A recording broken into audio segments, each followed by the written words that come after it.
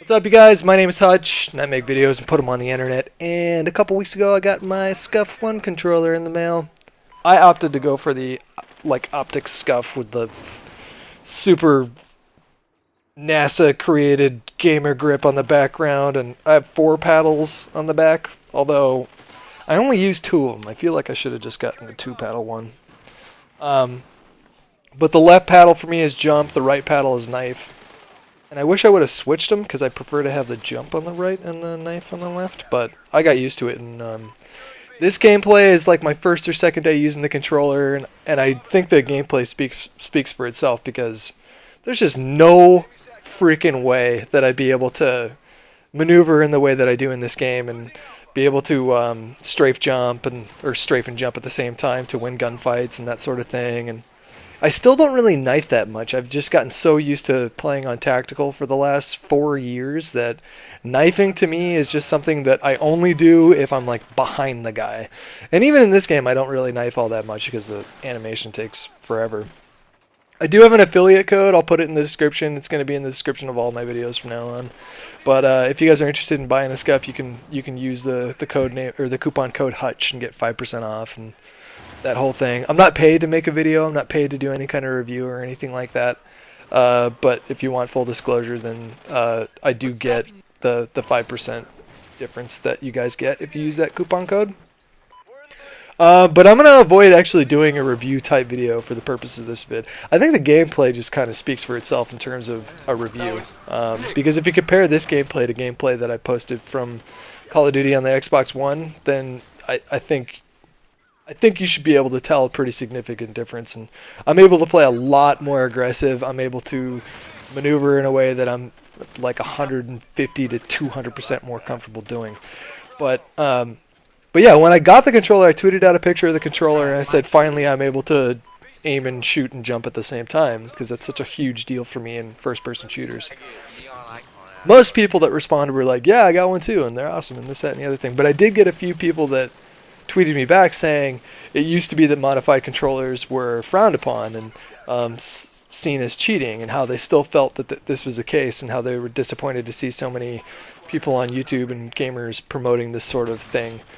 But my response to that, and that's the point of this video today, is to respond to the criticism of how modified controllers have become a mainstay in competitive gaming and even casual gaming now, is that people having better peripherals for the respective platform that they're playing on is not anything new. That's been happening on PC since the dawn of time. There's always been a guy with a better headset or a better keyboard or a better mouse. And I think that the way that games have come along is we're no longer playing like these 2D platformers with just 2 buttons to worry about. We're playing first-person shooters in a 3D space. And in order to do really good in that kind of gaming environment, in that kind of 3D space, you need full range of motion. And my argument today is that I think that the people that are making the hardware, the Sonys and the Nintendos and the Microsofts, should ship all their controllers with the option of plugging it into your computer with a USB port and programming the buttons to be whatever you want them to be. I think that people that play games these days want to play them to the best of their ability, and they want to keep pushing themselves. And that's one way that you can do that, is having full range of motion. It's so incredibly important, especially in first-person shooters.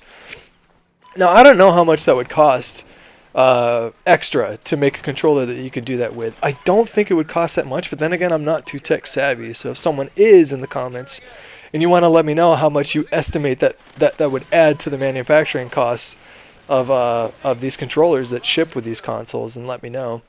But if that's not the case, I think that all games should allow full button remapping to whatever you want them to be. That's been something that ASCII-Capper's been campaigning for like 3 or 4 years now, for gamers that play with disabilities, that have limited use of their hands maybe, and have to find creative ways to play these games. All those things would be mitigated if you just allowed button remapping.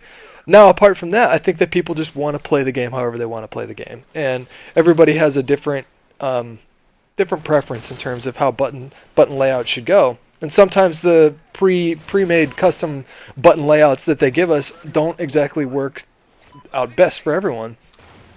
I think gaming is becoming much more competitive, and people don't want they don't want to play the game exactly. They don't want to be told how to play the game. They don't want to be told what each button on a controller does. They want to be able to do that themselves. And I think that if PC players get to have better headsets and better mouses and keyboards than each other, then console gaming should be no different. And I really think that a full range of motion is going to allow console players to not compete at the same level as PC players, but certainly at a higher level than they have been before, and I think that's only a good thing. Anyways, what do you guys think? Hope you enjoyed the vid. I'm out.